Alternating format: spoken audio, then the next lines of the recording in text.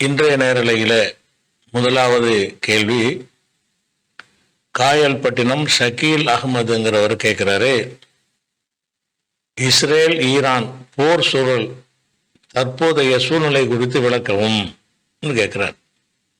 இது ஒரு சமகால நிகழ்வு பற்றிய ஒரு கேள்விதான் இது.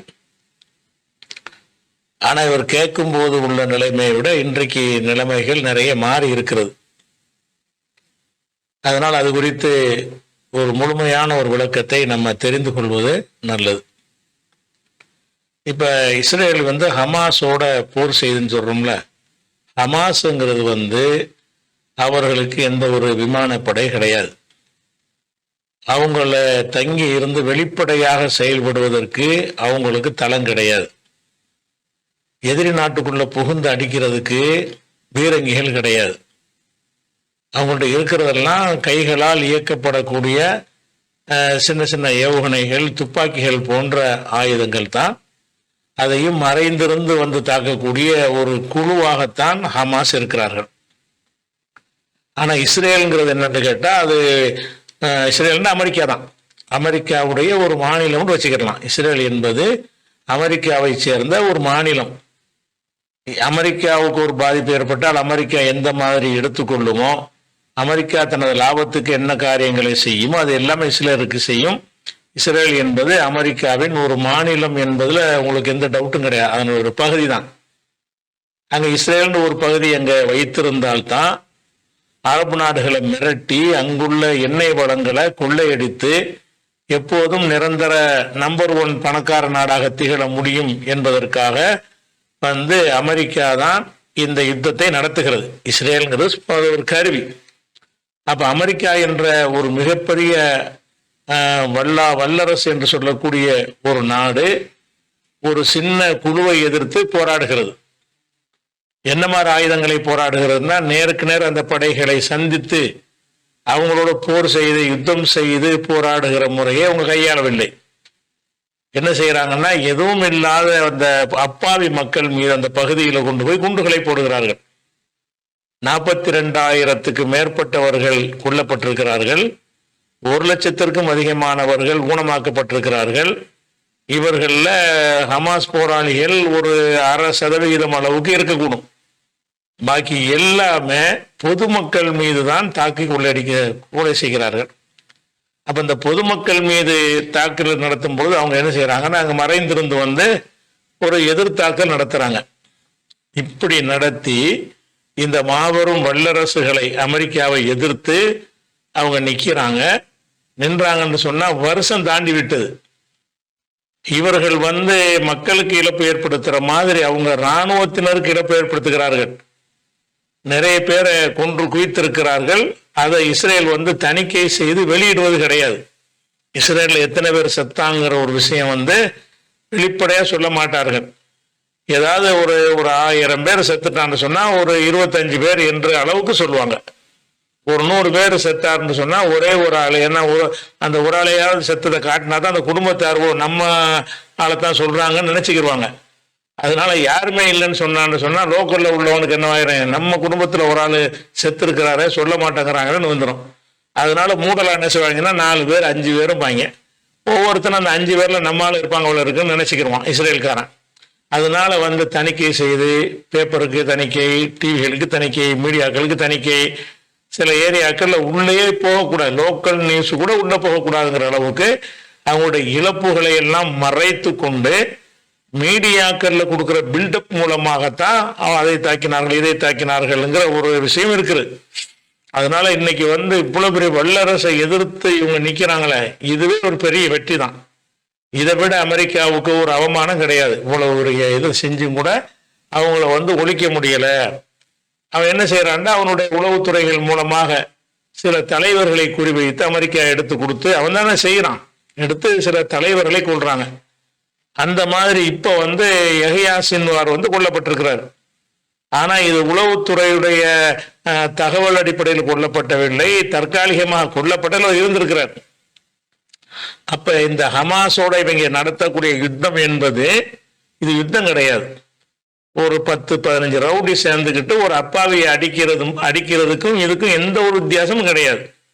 இதை யுத்தம்ங்கிற மாதிரி வந்து என்ன செய்யறாங்கன்னா சித்தரித்து கொண்டு அதை வந்து குதூகூலமா செய்தி போடுறான். அந்த யூடியூப்ல இருக்கிற நாய்கள் வேசி ஊடகங்கள் என்ன செய்யறாங்க என்று கேட்டா, கூண்டோடு காலி, கதை குளோஸ். ஆனால் ஒருத்தன் கொல்லப்பட்டார்னா குண்டு வீச்சில் கொல்லப்பட்டார்னு சொல்ல மாட்டாங்க. அந்த உள்ளத்துல இருக்கிற அந்த வெறி அவர்கள் போடுகிற வார்த்தையில வெளிப்படும். அப்ப இஸ்மாயில் ஹனியா கொல்லப்பட்டார்னா குண்டு வீச்சில் கொல்லப்பட்டாரு இப்படின்னு சொல்ல மாட்டாங்க. கதை முடித்தது இஸ்ரோல், இதோட சாப்டர் ஓவர் இப்படிங்கிற மாதிரி அந்த அந்த அவனுடைய உள்ளத்தில் உள்ள அந்த கிடக்கையை வெளிப்படுத்தும் வகையில இந்த ஊடக நாய்கள்லாம், யூடியூப் நாய்கள்லாம் என்ன செய்யறான், அதிகமான பேர் செய்திகளை போட்டு பில்டப் பண்றாங்க. ஆனா இந்த இராணுவ இழப்பு என்கிற எடுத்துக்கொண்டீர்களே, ஆனால் ஹமாஸ் மூலமாக இஸ்ரேலுக்கு தான் அதிகம். இஸ்ரேல் மூலமாக ஹமாஸுடைய வீரர்கள் வந்து ரொம்ப ஒரு கம்மியான இழப்பு தான். அப்ப இந்த யஹ்யா சின்வார் கூட யஹ்யா சின்வார்னு தெரிஞ்சு கண்டறிந்து அவங்க கொள்ளலை. அவங்க இடத்துல ஒரு ஆள் இருக்கிற தெரிகிறது தாக்கின வகையில தான் பிறகுதான் அவர்தான் என்பது கண்டுபிடிக்கப்படுகிறது. அப்ப அந்த அளவுக்கு நம்ம எங்க இருக்கிறோம்னு கண்டுபிடிக்க முடியாத அளவுக்கு 25 வருஷமாக அவர் தண்ணி காட்டி கொண்டிருந்தவர் தான் யார், யஹ்யா சின்வார்ங்கிறவர். இந்த சம்பவத்துல நம்ம பெரிய முக்கியமான ஒரு விஷயம் என்னன்னு கேட்டா, எவ்வளவு பெரிய ஒரு நம்ம தலைவர்களை பார்த்திருக்கிறோம். தலைவர்கள்லாம் என்ன செய்வாங்கன்னா தூரமா இருந்து கொண்டு சொகுசாக சேஃப்டியாக, இஸ்ரேல் பிரதமர்லாம் பங்கருக்குள்ள ஒளிஞ்சுக்கிறான்ல, இந்த மாதிரி பங்கருக்குள்ள இருந்து கொண்டு ஏவல் நாய்களை விட்டு தான் தாக்குவாங்க. ஆனா இவர் களத்துல நிற்கிறார், போர்க்களத்துல நின்று போராடி கொண்டு அந்த இஸ்ரேலை எதிர்த்து போராடுகிற குழுவுல வீரர்களில் ஒருவராக நின்று போராடி உயிர் நீத்திருக்கிறார் என்பது வந்து ஒரு பெரிய ஒரு தியாகம் தான். இது அவர் அர்ப்பணிப்பான ஒரு வாழ்க்கையில நினைஞ்சிருக்கார், அவர் செஞ்சிருக்கிறார் என்பதை அதை பார்க்கிறோம். நம்ம அறிந்த வரலாறுகள்ல இந்த மாதிரியான ஹமாஸ் மாதிரியான ஒரு தியாகம் செய்யக்கூடிய வீரர்களை நம்ம கண்டதில்லை, கதைகளில் கூட படித்ததில்லை. அந்த அளவுக்கு அவங்க என்ன செய்யறாங்க, திறமையான முறையில் அவங்களுடைய பணிகளை செஞ்சுக்கிட்டு இருக்கிறாங்க. இதுல வந்து யஹ்யா சின்வார் தான் இதுக்கு இந்த அமைப்பெல்லாம் கட்டமைத்தவர், இந்த மாதிரி கொண்டு வந்தவர் என்றாலும் அடுத்தடுத்து செயல்படக்கூடிய ஏற்பாடுகளை அவர் பண்ணியிருக்கிறார். இது ஒரு ஹமாஸுடைய விஷயமாச்சு. அடுத்து ஹிஸ்புல்லா எடுத்துக்கிட்டீங்கன்னா, ஹிஸ்புல்லாங்கிறது ஒரு நாடு கிடையாது. அதாவது லெபனான்கிற ஒரு நாடா இருந்தாலும் லெபனான் நாட்டில் அதுக்கு ஒரு அரசாங்கம் இருக்கிறது. அதுல முஸ்லிம்கள் கிறிஸ்தவர்கள்லாம் பங்கு கொண்டிருக்கக்கூடிய ஒரு ஆட்சி அங்க இருந்து கொண்டிருக்கிறது. அந்த நாட்டில் உள்ள ஒரு ஆயுத குழு தான் ஹிஸ்புல்லாங்கிறது. அவங்க என்ன செய்யறாங்கன்னா, இவங்க பலஸ்தீன மக்களுக்கு செய்யற கொடுமைகளுக்காக வேண்டி அவன் இஸ்ரேலுக்கு என்ன செய்யறான்னா, அவன் சில நம்ம எதிர்ப்பை தெரிவிக்க வேண்டும் என்பதற்காக உண்டாக்கப்பட்ட ஒரு ஆயுத குழு தான் ஹிஸ்புல்லா என்பது. அவர்களுக்கும் ஒரு விமானத்தளம் கிடையாது. இவன் போய் விமானத்துல கொண்டு போட்டு வர்ற மாதிரி வாய்ப்பு அவனுக்கு இருந்துச்சுன்னு சொன்னா அவன் கொண்டு வந்து இஸ்ரேல்ல கொண்டு போடுவான். அந்த குண்டு போட்டு அடிக்கக்கூடிய ஒரு தன்மை வந்து ஹிஸ்புல்லாவுக்கும் கிடையாது. என்ன அதிகபட்சமா இருக்குன்னா, அவங்க வகை வகையான ராக்கெட்டுகள் இருந்து என்ன செய்வாங்க, ஏவுகணைகள் வைத்திருக்கிறார்கள். அந்த ஏவுகணைகளை வந்து ஏவ முடியுமே தவிர விமானங்கள்ல கொண்டு போட முடியாது. கொண்டு போட வரக்கூடிய விமானங்கள்ல சின்ன விமானங்களை சுட்டு வீழ்த்த முடியுமே தவிர சக்தி வாய்ந்த விமானங்கள் வைத்திருக்காங்கல்ல, அதெல்லாம் என்ன செய்ய முடியாது, தாக்க முடியாது, குண்டு போட்டு போயிடுவான். அங்கேயும் என்ன பண்றான்னு கேட்டா, இந்த மக்களை தான் அழிக்கிறான். அங்கேயும் வந்து ஆயிரக்கணக்கான பேரை கொண்டு குவிக்கிறான். பொதுமக்கள் இருக்கிற இடத்துல குண்டை போட்டு அப்பாவிகளை அழித்து கொண்டிருக்கிற காட்சியை பார்க்குறோம். உலகமெல்லாம் வேடிக்கை பார்க்குறாங்க. எல்லா பேரும் மேற்கத்திய உலகம் எல்லாம் இந்த மத்திய கிழக்கை மிரட்டி ஆயுதங்களை விற்று அவங்கள்ட்ட இருந்து கொள்ளையடிப்பது ஒரு கொள்கையாக வைத்திருக்கிறதுனால இஸ்ரேல் மாதிரி உள்ள குடைச்செலுக்கக்கூடிய ஒரு சக்தி இருக்கணும். இவங்க எல்லாம் வந்து அடங்கி இருக்கணும். அதை நம்ம காட்ட வேணுமாக இருந்தால் இஸ்ரேலுக்கு நம்ம சப்போர்ட் பண்ணணும்.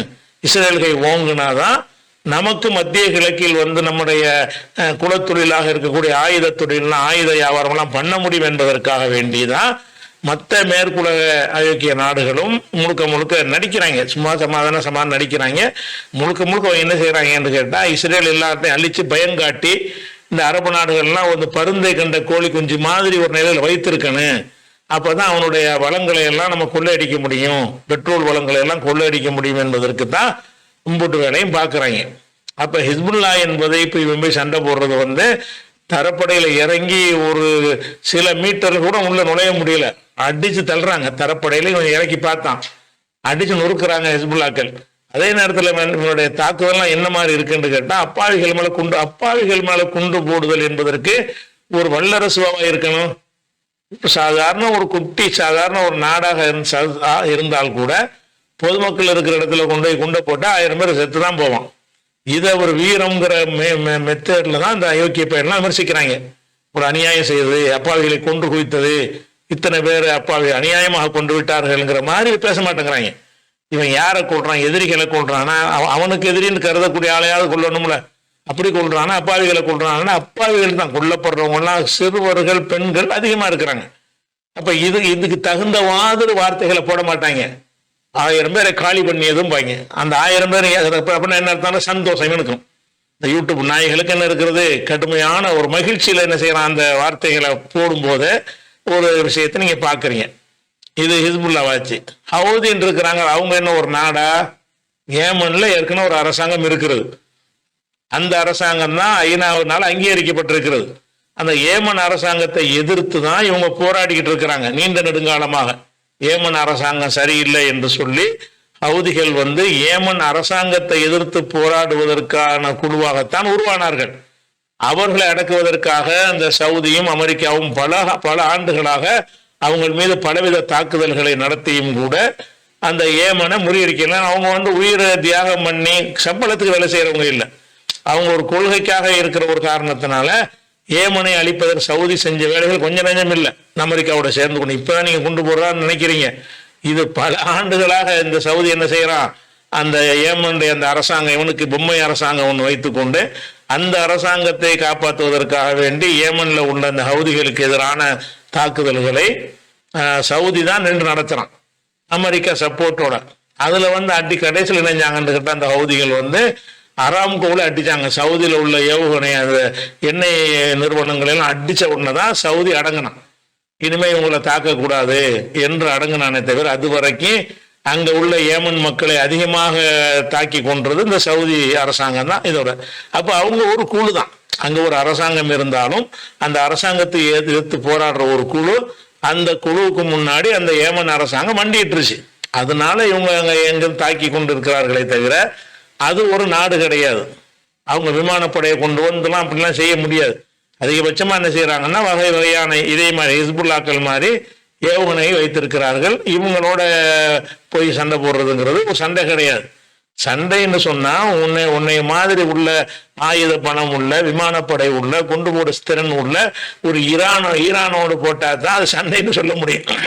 ஆனா இந்த சண்டையிலேயே இஸ்ரேலுக்கு இழப்பு கடுமையான இழப்பு. மக்கள் இழப்புன்னு எடுத்துக்கிட்டீங்கன்னா பொதுமக்கள் தான் ஜாஸ்தி, பாலஸ்தீன் ஆதரவாளர் மக்கள் தான் ஜாஸ்தியா இருக்கிறாங்க. ஆனால் இராணுவத்துடைய இழப்புன்னு எடுத்துக்கிட்டீங்கன்னு சொன்னா ஹிஸ்புல்லா வீரர்கள் 10 பேர் இறந்தாங்கன்னு சொன்னா இஸ்ரேல்ல 100 பேர் இறக்குறாங்க என்ற அளவுல வீரர் கணக்குல போர் இந்த களத்துல நிற்பவர்கள் என்ற கணக்குல எடுத்துக்கின்னா ஹமாஸா இருந்தாலும் சரிதான், இங்க ஹிஸ்புல்லாவுடைய தாக்குதலா இருந்தாலும் சரிதான், அமெரிக்காவுக்கு கடுமையான ஒரு மரண அடி கொடுத்து கொண்டுதான் இருக்கிறார்கள். ஆனால் அந்த ஆயுத வல்லாண்மையை கொண்டு அதிகமான பேர் அந்த அழிச்சிட்டோம்னு சொன்னா பயம் ஏற்படும்ல. இந்த உலகத்துக்கு மத்திய கிழக்குக்கும் உலகத்துக்கும் பயம் ஏற்படுத்துவதற்கு தான் என்ன செய்யறான் அந்த அமெரிக்காக்கான வகை வகையான குண்டுகளை கொண்டு இஸ்ரேல் நாய்கள் மூலமாக தாக்கி கொண்டிருக்கிறான். அது எதுக்காக வேண்டியன்னு கேட்டா நாங்க எவ்வளவு பெரிய சக்தி தெரியுமா, சக்தியை காட்ட வேண்டியதுல காட்ட மாட்டேங்கிறாங்க. இது ஒரு விஷயமாச்சு. அப்ப இதுல ஒரு பின்னடைவுலாம் இல்லை. அப்படியே மொத்தமாவே ஹமாஸ் எல்லா போராளிகளுமே அழிக்கப்பட்டு விட்டால் கூட அது இவங்களால் நிம்மதியா இருக்க முடியாது. ஏன்னு கேட்டா நம்ம நாட்டை ஆக்கிரமிச்சுட்டு அநியாயம் பண்றான் என்பது ஒவ்வொரு பாலஸ்தீன் குடிமக்களுடைய உள்ளங்களிலையும் ஆழமாக குடிகொண்டிருக்கிறது. திரும்ப வீறு கொண்டு எழத்தான் செய்வார்கள். திரும்ப இதே மாதிரி பிரச்சனை வர அது மாதிரி வரக்கூடாது என்பதற்காகவே என்ன செய்வாங்கன்னு கேட்டா இரு நாடுகள்ங்கிற பிரச்சனைக்கு கண்டிப்பா வருவார்கள். அதற்கு மாற்று கருத்தே கிடையாது. அதை நோக்கி தானே அதிகமான நாடுகள் இது பாலஸ்தீன் நாடுன்னு அங்கீகரித்திருக்கிற ஒரு காட்சியெல்லாம் பார்க்கிறோம். அந்த மாதிரி முன்னாடி இருக்கவில்லை. இப்படி ஒரு விஷயத்தை பார்க்கிறோம். அடுத்து நம்ம கவனிக்கிற விஷயம் என்னன்னு கேட்டா இப்ப ஈரானுடைய விஷயத்துக்கு வருவோம். அப்ப ஈரான் சவுதி இஸ்ரேல் மேல ஒரு தாக்குதல் நடத்தினான். எதுக்காக வேண்டி இவர்கள் அந்த நாட்டுக்குள்ள புகுந்தோ உளவுத்துறை அனுப்பியோ அவங்க நாட்டுக்கு விருந்தாளியா வந்த பாலஸ்தீனுடைய ஹமாஸ் தலைவரை என்னஞ்சாங்க இஸ்மாயில கொள்றாங்க. அதுக்கு பிறகும் நிறைய அவங்க நாட்டுக்குள்ள நுழைஞ்சு சில வேலைகளை செய்கிறாங்க. அப்போ இதுக்கு பதிலடி கொடுக்க வேண்டும் என்று அறிவித்திருந்த ஈரான் வந்து சந்தர்ப்பத்துக்கு காத்திருந்து ஒரு பதிலடி கொடுத்தாங்க. அந்த பதிலடி கொடுத்ததற்கு வந்து என்ன பதிலடி கொடுத்தாங்க என்று கேட்டீங்கன்னா, இந்த ஊடகத்தை கையில் வைத்து கொண்டு இந்த அமெரிக்கா என்ன செய்யறான்னு கேட்டா, அவர்கள் அனுப்பின அனைத்து ஏவுகணைகள், அதிகமான ஏவுகணை எங்கள் கடற்படை இருக்கக்கூடிய கப்பல் படையிலிருந்து சுட்டு தள்ளிவிட்டோம் அப்படிங்கிறான் இவன். அதே மாதிரி இஸ்ரேலில் இருந்து அவன் என்ன செய்யறான்னா, எங்களுடைய அயன் டோம்களும் ஏர் டிஃபென்ஸ் சிஸ்டங்களும் அவங்கள்ட்ட இருந்து வந்த ஏவுகணை எல்லாம் நினைஞ்சிருச்சு, சுட்டு வீழ்த்தி விட்டது. மிகச்சில இடங்கள்ல தான் அது விழுந்து வெடித்தது. அது விழுந்து வெடித்துதான், மிகச்சில இடங்கள்ல தான் அது வெட்ட வழியில விழுந்து வெடித்ததை தவிர அந்த ஈரானுடைய தாக்கத்தினால எந்த பாதிப்பும் இல்லைன்னு சொல்லி என்ன செஞ்சாங்க, அந்த புழுகு, ஆகாச புழுகும்பாங்களை, இதுக்கு நிகரான ஒரு புழுகு இருக்க முடியாது. இப்படி அமெரிக்காவும் புழுகலாம். அமெரிக்க கப்பற்படையினாலையும் அந்த ஏவுகணைகள் எதுவும் சுடப்படவில்லை, இஸ்ரேலினாலையும் முடியலை. ஆனால் என்ன செஞ்சாங்கன்னு கேட்டால், அந்த சூப்பர் சோனிக் ஏவுகணைகள்லாம் நாங்கள் சுட்டு வீழ்த்திட்டோம் அப்படின்னு என்ன செய்கிறாங்க, புழுகுனாங்க. அந்த நியூஸ் வரவே விடலை. எத்தனை பேர் செத்தாங்கிறது, என்ன இழப்புங்கிறது வந்து பெரும் இழப்பு. அந்த இழப்பு அவங்க எந்த விமானத்தை வச்சு குண்டு போடுவாங்களோ அந்த விமானங்களை பூரா காலி பண்ணியிருக்காங்க. அப்போ எந்த ஒன்றையும் மறைத்து விட்டு நாங்கள் எங்களுடைய ஏர்பேஸ் டிஃபென்ஸ் சிஸ்டங்கள் மூலமாக தாக்கிட்டோங்கிறாங்க. அதையே தான் திருப்பி திருப்பி சொல்லிட்டு இருக்கிறாங்க. அமெரிக்க கப்பற்படை நிப்பாட்டிருக்கான்ல, இவன் வந்து அங்கேருந்து வரக்கூடிய ஏவுகணை எல்லாம் தடுத்துட்டானா, தடுத்து அடிச்சு நொறுக்கிட்டானா அப்படிங்கிற மாதிரி என்ன செய்யறாங்கன்னா அதை சொல்றாங்க. அது உண்மையா? இந்த ஆயுதங்களை பற்றின ஒரு புரிதல் இருக்கிறவன் இதை ஏற்றுக்கிற மாட்டான். வெகுஜன மக்கள்கிட்ட போய் சேரும்போது அடிச்சுட்டாங்களாமல, ஒண்ணுமே செய்யலையாமல. ஏன்னா இழப்பை தான் காட்டலையில.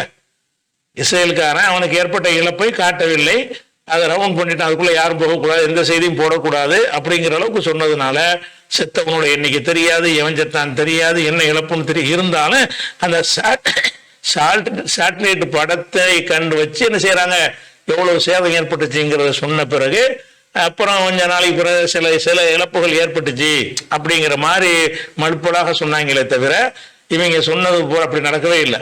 ஒரு அவங்களுடைய சூப்பர் சோனிக் ஏவுகணை, ஹைப்பர் சோனிக் ஏவுகணைகளை வந்து ஒன்றை கூட இவர்கள் வந்து சுடவும் இல்லை, எதிர்க்கவும் இல்லை, அமெரிக்காவும் தாக்கவும் இல்லை, தாக்க முடியாது. முதல்ல விளைவிக்கணும். முதல்ல என்ன விளைவிக்கணும்னு கேட்டா, இந்த அயன் டோம் இஸ்ரேலில் வச்சிருக்கிறான்ல, அயன் டோமுடைய வந்து அயன் டோம்னா என்னன்னு கேட்டா, ஆட்டோமேட்டிக்கா அதில் அந்த தாக்கக்கூடிய குண்டுகளை நிரப்பி வச்சிருப்பாங்க. ஒரு 20 ஒரு மிஷின்ல ஒரு 20 போட்டு வச்சிருப்பாங்க.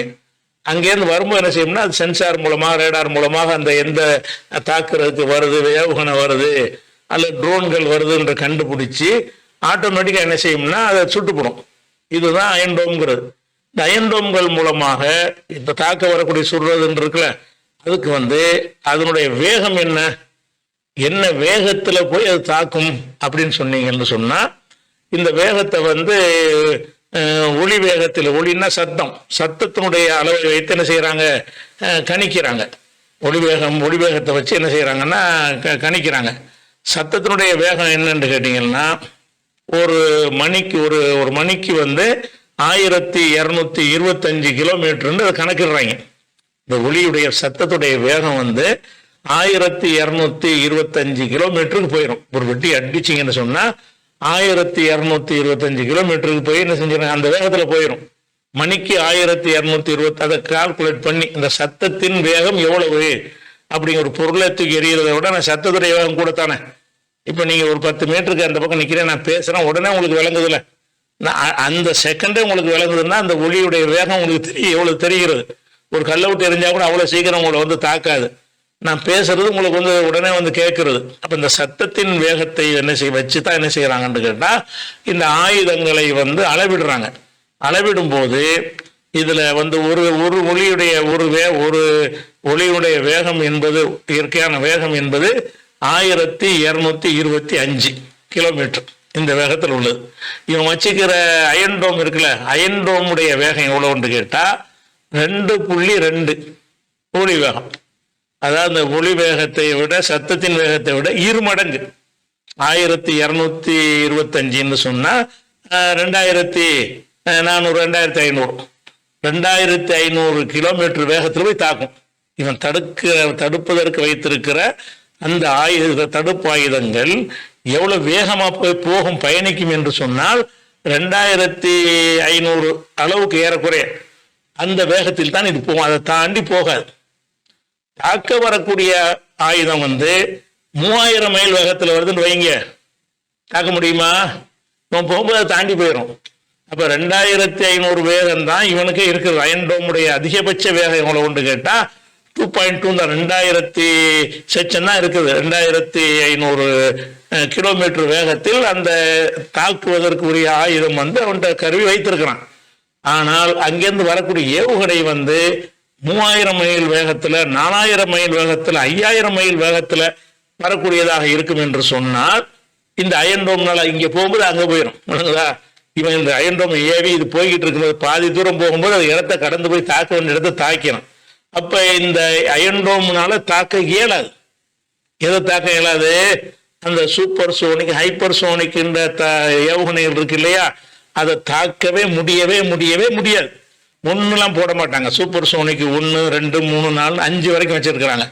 5 மடங்கு சூப்பர் சோனிக் 5 அப்படின்னு போட்டாங்கன்னு சொன்னா இந்த சத்தத்துடைய வேகம் இருக்குல்ல 1200 கிலோமீட்டர், இது மாதிரி 5 மடங்கு வேகத்துல அது வரும். அதாவது ஒரு ஒளியுடைய வேகம் 1220 வச்சுக்கிறீங்களா, 1200 என்று இருக்குமே. ஆனால் 5 சூப்பர் சோனிக் 5 சோனின்னு வரலாம் சவுண்டை குறிக்கிறது. சோனிலாம் டிவிலாம் போட்டாங்கல்ல, ஸ்பீக்கர் டேப் ரிக்கார்ட்லாம் போட்டாங்கல்ல, அந்த சோனிங்கிறது வர்றதெல்லாம் எதுக்கு போடுவாங்க? ஏன்னா சவுண்டு சம்மந்தப்பட்டதுக்கு தான் அந்த வார்த்தையை பயன்படுத்துவாங்க. அதெல்லாம் சூப்பர் சோனிக்னு அதுக்கு பேர் வச்சிருக்கிறாங்க. சூப்பர் சோனிக்கிட்ட அர்த்தம் என்னன்னு கேட்டா, சூப்பர் சோனிக் 1 போட்டீங்கன்னு சொன்னா அந்த ஒளி வேகத்தில் கரெக்டா 1200 கிலோமீட்டர் வேகத்தில் பயணிக்கும் என்று அர்த்தம். சூப்பர் சோனிக் 5 போட்டீங்கன்னு சொன்னா அந்த 6000 ஆயிரும். 1200க்கு பதிலாக 6000 கிலோமீட்டர் வேகத்தில் அது வருகிறது. இவங்கிட்ட இருக்கிறது சூப்பர் சோனிக்கை வச்சுக்கிட்டா கூட, சூப்பர் சோனிக்கை வைத்துக் கொண்டால் கூட ஹைப்பர் சோனிக் வர வச்சிருக்கிறான். சூப்பர் சோனிக் என்ற ஏவுகணை வரும் பொழுது அதை தாக்க ஒரு ஏவுகணையாவது தாக்குறதுக்கு அயன் டோம்னால முடியுமான்னா முடியாது. அயன் டோமுடைய வேகம் 2 தான்.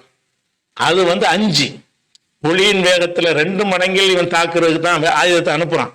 இவன் கண்ண மூடி திறக்கூட அதை தாண்டி ஓடி போயிடும். அந்த இலக்கை அடைய முடியாது. அவனுக்கு நேர கலந்து போனா கூட இது இப்படி போகும், அது அப்படி போகும். அதனுடைய வேகம் என்னவா இருக்கும்னா 2 மடங்குக்கு மேல. அயன் டோம்ல இருந்து தாக்குறதுக்கு வைத்திருக்கிற வேகத்தை விட ஏவுகணை சீறி பாய்ந்து வரக்கூடிய வேகம் 2 மடங்கு அதிகமா இருக்கும்போது அயன் டோம்ல தாக்கிட்டோம் வராங்க. பச்சையா சொல்றான், சூப்பர் சோனிக்க தாக்க இயலுமா? கப்பல்ல இருந்து தாக்கிட்டேங்கிறான். உன்னையுமே தாக்க முடியாது, அது அடையவே முடியாது. அப்ப இது அயன் டோம்ல அயன் டோம் 5, அயன் டோம் 6 அளவுக்கு நீ கொண்டு வந்தாலே தவிர இப்ப இப்படி இல்லை. அயன் டோம்ல 2 தான். 2 மடங்கு வரக்கூடிய ஒளியின் வேகத்தை விட 2னா ஒரு 2500 கிலோமீட்டர் வேகத்தில் இது போகும். மணிக்கு 2500 கிலோமீட்டர் வேகத்தில் போவதை கால்குலேட் பண்ணீங்கன்னு சொன்னா இதை தாண்டி அது என்ன செய்யணும்னு கேட்டா சூப்பர் சோனிக் 5ல தான் ஆரம்பிக்கிறேன். 1, 2லாம் போட மாட்டாங்க. Super sonic 5, super sonic 6, super sonic 7 இருக்குது. அப்ப குறைஞ்சபட்சம் ஒரு சூப்பர் சோனிக் 5ங்கிற ஒரு ஏவுகணையை ஈரான் அனுப்புனுச்சுன்னு சொன்னா, அதுவும் அனுப்பியிருக்கிறாங்க. அனுப்புனுச்சுன்னு சொன்னா இவர்கள் வைத்திருக்கிற அந்த அயன் டோம்னால தாக்க முடியாது. இது அயன் டோம் காவாசி தூரம் போகும்போது அது இடத்த தாண்டி இங்க உள்ள தாக்கிறோம். அப்ப நாங்க சுட்டு வீழ்த்திட்டோங்க. ஏதோ ட்ரோனை சுட்ட மாதிரி எப்படி அவங்க தாக்க முடியும்? அவன்கிட்ட இந்த ஹைப்பர் சோனிக் சூப்பர் சோனிக்ல அமெரிக்காவை விடவும் டாப்ல இருக்கிறது ஈரான் தான். அவன் ரஷ்யாவுக்கு சப்ளை செய்யற அளவுக்கு அந்த டெக்னாலஜியில முன்னேறியவனா இருக்கிறான். அப்ப சூப்பர் சோனிக்குடைய விஷயம் அது ஒரு விஷயமாச்சு. அதே மாதிரி ஹைப்பர் சோனிக் இருக்குல்ல, அது என்னன்னு கேட்டா 5க்கு மேல ஹைப்பர் சோனிக்னு சொன்னா அது ஒளியை விட 5, 6 அந்த மாதிரி 7 அந்த மாதிரி இருக்கும். அந்த ஹைப்பர் சோனிக் இருக்கும் சூப்பர் சோனிக் வித்தியாசம் என்னன்னு கேட்டா, இந்த ஒரு பேச்சுக்கு இவன் அந்த அந்த 5 மடங்கு வேகத்துல தாக்குற ஒரு ஆயுதத்தை கண்டுபிடிச்சான்னு வைங்க. கண்டுபிடிச்சா கூட அந்த ஹைப்பர் சோனிக் என்ன பண்ணும்னு கேட்டா வேகமா வரும். அதுல நுண்ணறிவு, அந்த ஏஐ தொழில்நுட்பத்தின் அடிப்படையில தானாக அறிந்து கொண்டு திசை மாற்றக்கூடிய தன்மை அதுக்குள்ள இருக்கும். அப்ப நம்மளை நோக்கி ஒரு ஏவுகணை இப்படி வருதுன்னா அப்படி விலகிட்டு போயிடுது. அப்படியான ஒன்றை சொல்ல முடியுமா உனக்கு? அப்படி அந்த அளவுக்கு வேகமாக போகக்கூடிய இவனுடைய சில S-400 அந்த மாதிரி சில இருக்குது. அந்த மாதிரி ஏர் டிஃபென்ஸ் இருந்தா கூட சூப்பர் சோனிக்கை தாக்க முடியாது. ஏன்னு கேட்டா அதன் வேகமற்றம் இல்லாம வேகமா வரும். இப்ப நெருங்கிருச்சுன்னு வருங்க, இது நம்மளை நோக்கி வருதுன்னு தெரிஞ்சுக்கிட்டு இப்படி நம்ம நவண்டுக்கிறோம், அது வேற இடத்துக்கு போயிடும்.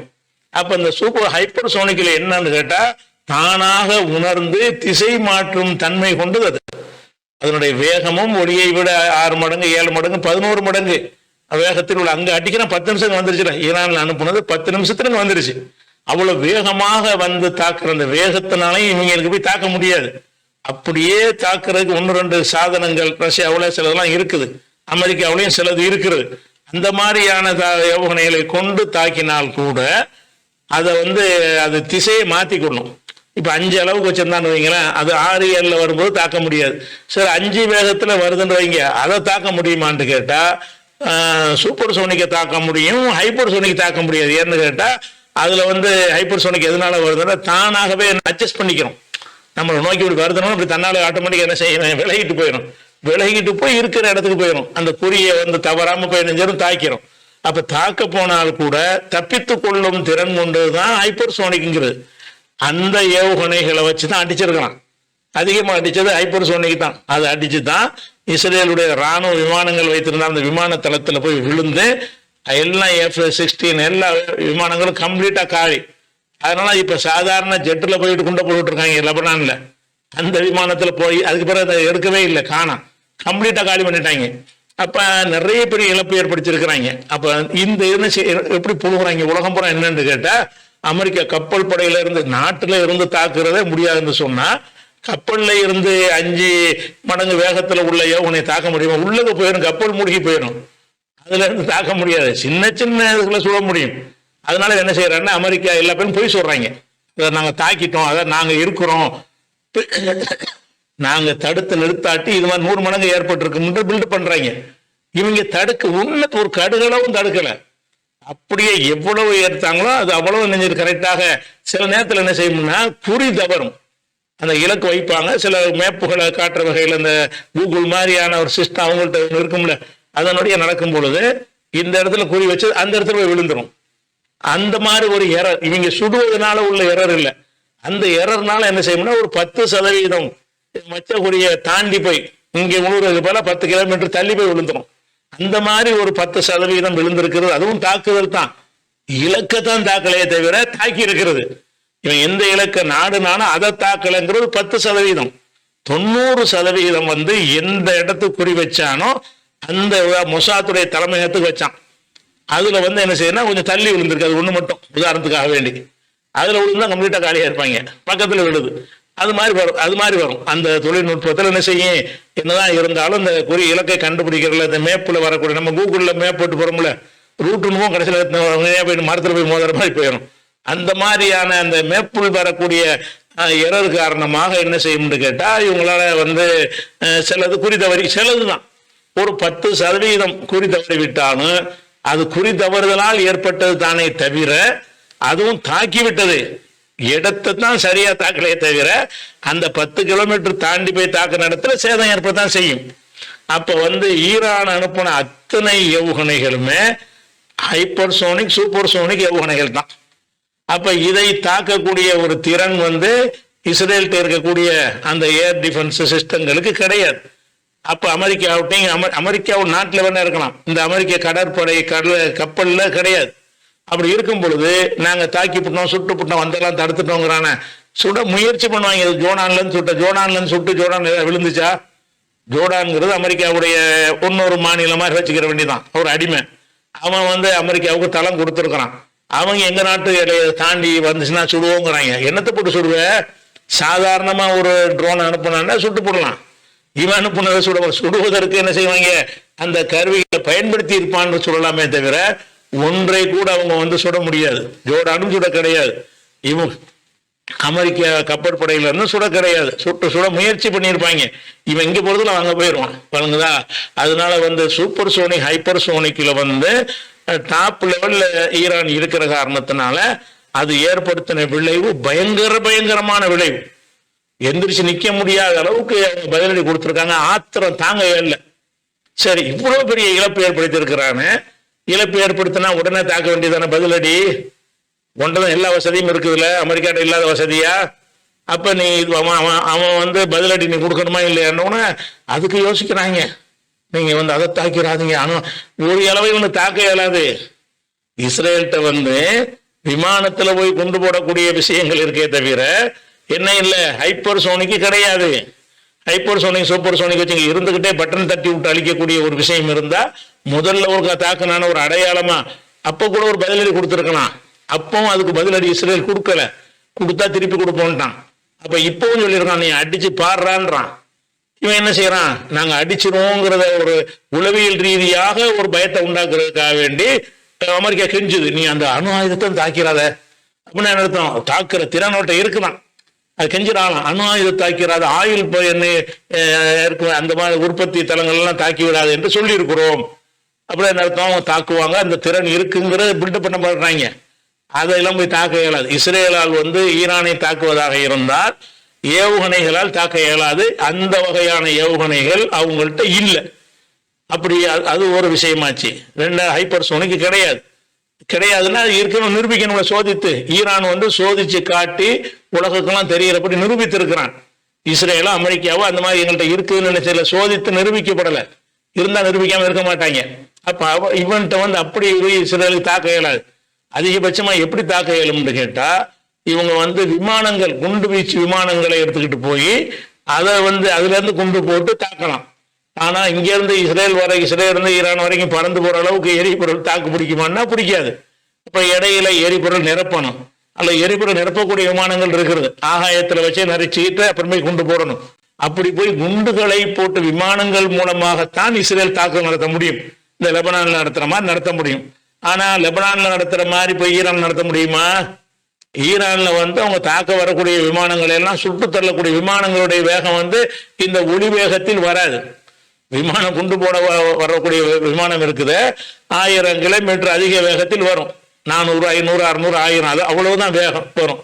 அப்ப ஒளி இந்த சோனிக்கு வேகம் ஒளியுடைய 5 மடங்கெல்லாம் வராது. ஒளியின் ஒரு வேகத்தை விட கம்மியாகத்தான் அந்த விமானங்கள் வரும். அந்த வேகத்தில் வரக்கூடிய விமானங்களை வந்து இவங்க மாதிரி ஒரு அயன்டோமை வச்சுக்கிட்ட சுட்டு போடலாம். அந்த மாதிரி ஒரு தடுப்பு சாதனங்கள் ஏர் டிஃபென்ஸ் இருந்துச்சுனாலேயே சுட்டுலாம். அவங்கள்ட்ட S-400 வரைக்கும் ரஷ்யாட்ட வந்து வாங்கி வச்சிருக்கிறாங்க. அப்ப இவர்கள் விமானம் மூலம் தாக்க போனார்களே, ஆனால் அதிகப்படியான விமானங்கள் வந்து சுட்டு வீழ்த்தப்பட்டோம். குண்டு போட அந்த சுட்டு வீழ்த்துறதுனால அந்த குண்டு வெடிச்சு சில சேதங்கள் அந்த மண்ணுக்குள்ள ஏற்பட வாய்ப்பு இருக்கே தவிர இலக்கை போய் தாக்குமான்னா அப்படி தாக்க முடியாது. தாக்காத அளவுக்கு என்ன செய்ய முடியும், அந்த விமானங்களை சுட்டு வீழ்த்தக்கூடிய சாதனங்கள் எக்கச்சக்கமாக பரவலா என்ன செய்தாங்க வச்சுட்டாங்க. அதனால இவர்கள் வந்து விமானங்கள் மூலம் தாக்கத்தான் முடியுமே தவிர முடிஞ்சா என்ன செய்ய முடியும் கேட்டா அதிகமாக அடிச்சிருவான். அடிச்சுட்டு என்ன செய்வான்னு கேட்டா அப்பனா ஹைப்பர் சோனிக்கை வந்து சர மாதிரியா விடுவான். நீ தாக்கி பாடுறாங்கிறான். அப்படி தாக்கி விட்டதுன்னு சொன்னா சில இடங்கள்ல விமானம் மூலமா கொண்டு போட்டதுல 100 இடத்துல போட்டதுல ஒரு 10 இடம் சக்சஸ் ஆகி 90 சுட்டு போடுவாங்க. ஒரு 10 இடம் சக்சஸ் ஆகி மிஸ் ஆயிரும்ல, தவறி போச்சுன்னு வைங்க, குறி தவறி விட்டது என்று சொன்னால் அப்ப அதனால் ஏற்பட்ட ஒரு இழப்பு ஏற்படும்ல. உடனே என்ன செய்வான்னு கேட்டா அடுத்த நிமிஷமே நான் அடிப்பேன்ட்டான். அடிச்சேன்னா நீ வரலாற்று நினைத்து பார்க்க முடியாத ஒரு அடியாக இருக்குங்கிறான். அப்ப அது மாதிரி ஒரு 10 சூப்பர் சோனிக் ஹைப்பர் சோனிக் அனுப்புனான்னு வைங்க, இஸ்ரேல் காணா போயிடும். குறி வச்சு அடிச்சான்னா கம்ப்ளீட்டாக அடைக்கலாம். அமெரிக்காவை வந்து காப்பாற்ற முடியாது. அதனால இவங்க சண்டை போடுற ஈரானோட போய் போடணும். அது ரஷ்யாவுடைய சப்போர்ட் இருக்குது. ரஷ்யாவுக்கு தேவை, ரஷ்யாவுக்கு இவங்க சப்போர்ட் நிறைய. இந்த உக்ரைன் போர் ஆரம்பிச்சதுல இருந்து ரஷ்யா இருக்கிற ஆயுதங்கள் எல்லாமே நீண்ட தொலைவில் உள்ள நாடுகளை தாக்குற அளவுக்கு தான் அவன் தயார் பண்ணி வச்சிருக்கிறான். பக்கத்துல உள்ள இப்படி நினைச்சு அவன் பார்க்கல. பக்கத்துல உள்ளதை தாக்குறக்கூடிய சாதனங்கள் வந்து ரஷ்யாவுல கிடையாது. அது ஈரான் தயார் பண்ணி கொடுக்குறான். சின்ன சின்ன 100 கிலோமீட்டர் 200 கிலோமீட்டர் போய் தாக்கக்கூடிய ஏவுகணைகள்லாம் மிக அதிகமாக தயார் பண்ணி இவங்க நிறைய உதவி செஞ்சதுனால அவங்க இவங்களுக்கு உதவி செய்யறாங்க. நிறைய என்ன செய்யறாங்க, எல்லா ஏற்பாடுகளுமே அந்த கொடுத்துருக்குறாங்க. அந்த ஒரு வசதி இருக்குது. அப்படிங்கிறதுனால வந்து இவங்க அவ்வளோ ஈஸியாவெல்லாம் போய் தாக்கிட முடியாது. அப்படி தாக்கி விட்டால் கூட அதுலையும் தாக்குவதில் வந்து ஈரான் இஸ்ரேல் மட்டும் டைரக்டா, இஸ்ரேல் வந்தாலும் அமெரிக்கா தான் இருந்தாலும் இஸ்ரேலுங்கிற பேர்ல வந்து தாக்குனான்னு சொன்னா இஸ்ரேல் நிப்பாட்டிக்கிறோம். அமெரிக்காவும் நுழைஞ்சி விமானங்களை வந்துச்சுன்னு வைங்க, அந்த பக்கத்துல கப்பல்ல இருக்கிற அம்பூட்டு கப்பலையும் காலி பண்ணிடுவோங்கிறான். அனைத்து கப்பல்களையும் காலி பண்ற அளவுக்கு எங்கள்கிட்ட சாதனங்கள் இருக்கிறது. அதே மாதிரி வந்து ஈராக்ல சிரியாவுல எல்லாம் நீங்க வைத்திருக்கிற, பஹ்ரைன்ல வைத்திருக்கிற, ஜோர்டான்ல வைத்திருக்கிற அமெரிக்காவுடைய படை தளங்களையும் குறிவைப்போம். அமெரிக்கா அதுல நேரடியா தலையிட்டது என்று சொன்னால் அவங்களையும் தாக்குவோன்ட்டான். அமெரிக்கா துணை நீங்க இப்படி பயப்படும், ரொம்ப பயப்படுவானோ.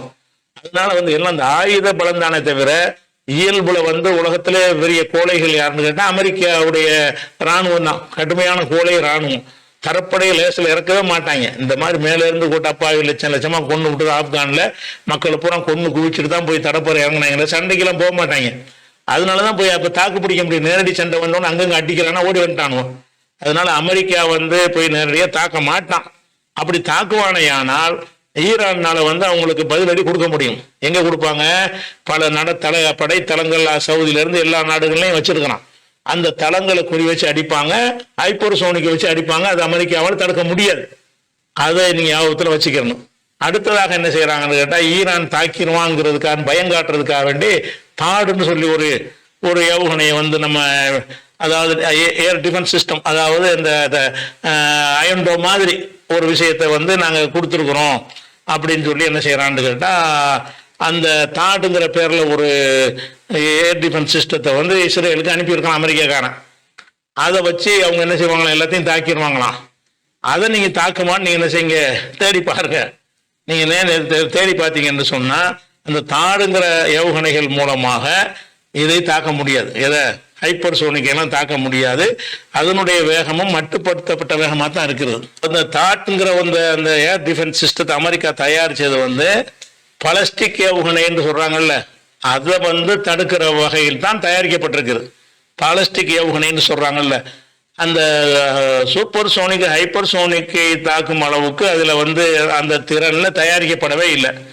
பலஸ்டிக் ஏவுகணைன்னா என்னன்னு கேட்டா, பலஸ்டிக் ஏவுகணைனாலும் அது வேகமாக தான் வரக்கூடியது, வேகமாக தான் வரும், வேகமாக தான் தாக்கக்கூடியதாக தான் இருக்கும். அது என்ன செய்யும்னு கேட்டா, அந்த ஏவுகணை அனுப்புறாங்கல்ல, இஸ்ரேலுக்கு அனுப்புறாங்கல்ல, அனுப்பணும்னு நினைச்சு கீழ் நோக்கி இறங்கணும். அந்த இடம் வரைக்கும் மேலே போயிட்டு அதுக்கப்புறம் கீழ் நோக்கி இறங்கி அந்த இடத்துக்கு தாக்கணும். அந்த கீழ் நோக்கி இறங்கும் பொழுது அது வந்து அந்த பூமியுடைய ஈர்ப்பு சக்தியை கொண்டுதான் இறங்கும், பவர்ல இறங்காது. ஏந்தி தள்ளுறதுக்கு தான் பவர். தள்ளி இஸ்ரேலுக்கு மேல ஒரு போயிடுச்சுன்னு வைங்க, அப்புறம் அதை குறி பார்த்து இறங்கணும். அப்படி இறங்கும் போதும் உள்ள பவர் வச்சோம்னா ரொம்ப பெருசா போயிடும், செலவு ஜாஸ்தி ஆயிடும் சொல்லி மேலே தள்ளுற வரைக்கும் அதனுடைய எரிபொருளை கொண்டு என்ன செய்யும், மேலே வரும். இறங்கும் போது அந்த பூமியுடைய ஈர்ப்பு சக்தி இருக்குல்ல, தன்னால உழுவுற மாதிரி இறக்குறைய. பலஸ்டிக் யோகனைங்கிறது வந்து நம்ம ஒரு கல்ல மேல இருந்து போட்டா தன்னால அது உழுவுமா இல்லையா? அதுக்கு எரிபொருளை வச்சா உழுவுது? எரிபொருளை வச்சு உழுவுறது இல்லை. அதனுடைய பூமியுடைய ஈர்க்கக்கூடிய சக்தி என்ன இழுத்துரும். அப்ப அந்த குறியை மட்டும் கரெக்டா வச்சிருவான், பூமி இழுத்து கொண்டே தாக்கக்கூடியது.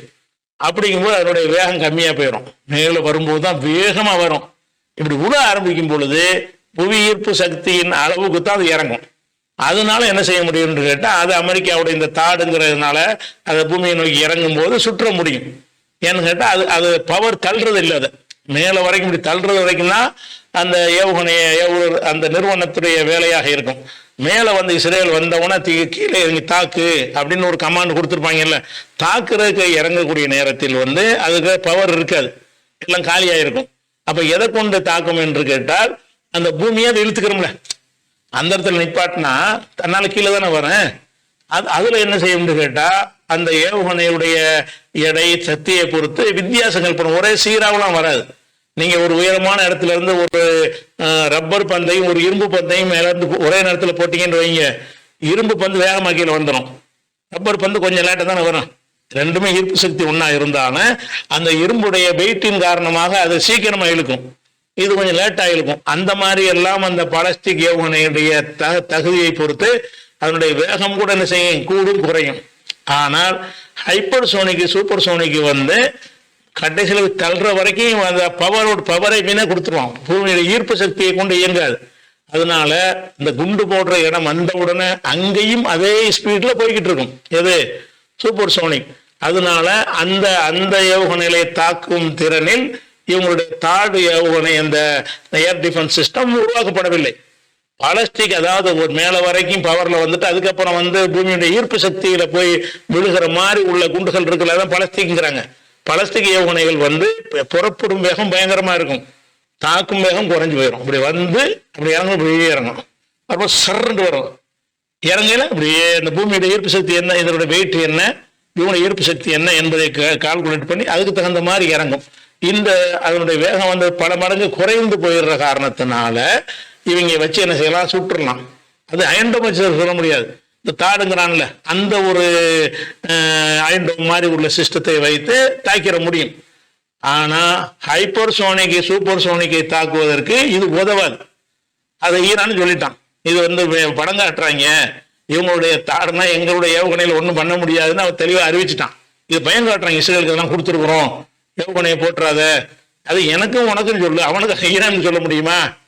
இதுல ஊறி போனவங்க அவங்களுக்கு தெரியுமா இல்லையா? பொதுமக்களை ஏமாத்துறதுக்காக வேண்டி அப்படி அப்படின்னு அதனாலதான் இன்னும் தாக்காம இருக்கிறான். இஸ்ரேல் இன்னும் என்ன செய்யல, பலஸ்தீன் அப்பாவி மக்களை போய் கொண்டு போட்டு சாவடிக்கிறானே தவிர ஈரான்ல போய் அடிச்சா அடி பலம், அப்ப அடினா பன்மடங்கு பலமா இருக்கும். அதோட காலியாயிரும், அமெரிக்காவிலையும் காப்பாற்ற முடியாது. அதனால வந்து இவர்களுடைய அந்த ஏவுகணை தடுப்பு சிஸ்டம் என்று சொல்வதெல்லாம் பொய்.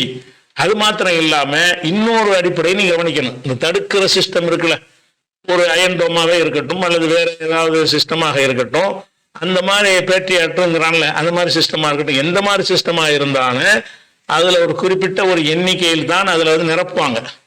1000 2000 இறக்க முடியாது. ஒரு அயன்டோம்ல ஒரு 20 குண்டை போட்டு வச்சிருப்பாங்க. அப்ப 20 ட்ரோன் வரும்போது 20ஐயும் தாக்கிறான், 21வது வரும்போது தாக்காது, காலி ஆயிரும். அப்ப இடத்து மரம் கலட்டி மரம் ஃபுல் பண்ணி நிறைச்சி அந்த டைம் வர்றதுக்குள்ள 100 ஏவுகணை விட்டுருவான் உள்ள.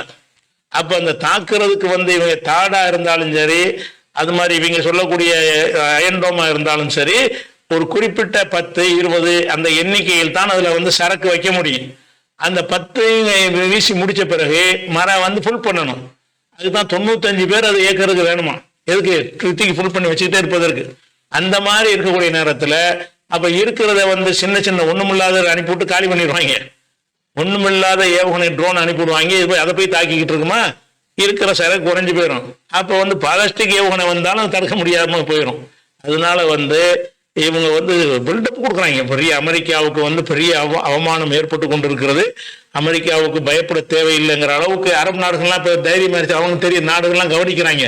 என்ன கவனிக்கிறான், என்னடா இஸ்ரேலை வந்து அங்க உட்காந்துட்டு அமெரிக்காவையெல்லாம் தாண்டி அனைத்து ஐரோப்பிய நாடுகளையும் தாண்டி உள்ள போய் பூந்து அடிச்சுட்டானுல அப்படின்ற உடனே இவன் வந்து வலிமையான ஒரு ஆளுன்னு சொல்லி என்ன செய்யறாங்க, ஈரானுக்கு பயந்துக்கிட்டு எங்க நாட்டுடைய தளத்தை நாங்க கொடுக்க மாட்டோம் இது வரைக்கும் சொன்னது கிடையாது.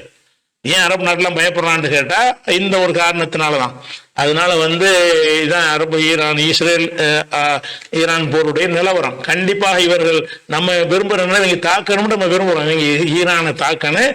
அப்பதான் ஹிஸ்புல்லா மாதிரி ஹமாஸ் மாதிரி இல்லாம ஈரான் மாதிரியான ஒரு பதிலடி கிடைக்கும். அதுலதான் அவங்களை அழிக்க முடியும். அது மாதிரி வந்தாங்கன்னு சொன்னா அமெரிக்காவில் ஒன்றும் செய்ய முடியாது. நல்லா தெரிஞ்சுக்கிறங்க. அமெரிக்காவுக்கு ஒரு நாட்டிலையும் போனாங்க, விரட்டி தான் விட்டாங்களே தவிர கூட ஆள் சேர்த்துக்கிட்டு தான் அந்த அமெரிக்காக்காரன் எப்பவுமே போவான், தனியா போகவே மாட்டான். அப்படி போகும்போது வியட்நாமில் அடி நொறுக்கினாங்கல்ல, நுழைய முடியாம கம்ப்ளீட்டா விரட்டி அடிச்சாங்க. அந்த மாதிரியான ஆப்கானிஸ்தான்ல தான் நடந்துச்சு. அதனால அமெரிக்காக்காரன் வந்து ரொம்ப யோசிப்பான். இப்ப வந்து பெரிய அளவுல அந்த பாதிப்பு நிறைய ஏற்பட்டு இருக்கிறது. அதனால வந்து இந்த போர்ல இறுதி போர்ல வந்து ஈரான்ல இவன் தாக்குவதன் மூலமாக முடிவுக்கு வரும். இஸ்ரேல் ஈரானை தாக்கணும், தாக்கினால்தான் நல்லது. தாக்குனா கண்டிப்பா ஈரான் வந்து எல்லாம் ப்ரிப்பேர் ஆயிட்டாங்க. யோசிச்சு தாக்குனது காரணமே என்னன்னு கேட்டா எல்லாமே ப்ரிப்பேர் ஆயிட்டாங்க. இந்த நேரத்தில் ஒரு செய்தி நம்ம சொல்லிட வேண்டியது என்ன இருக்குன்னு கேட்டா, இந்த அரபு நாட்டில ஷைத்தானெல்லாம் என்ன செய்யறான்னு கேட்டா, ஷியா, இவன் ஷியா யாரே, ஈரான் ஷியா, ஹிஸ்புல்லா ஷியா, ஹவுதிங்கிறவன் ஷியா.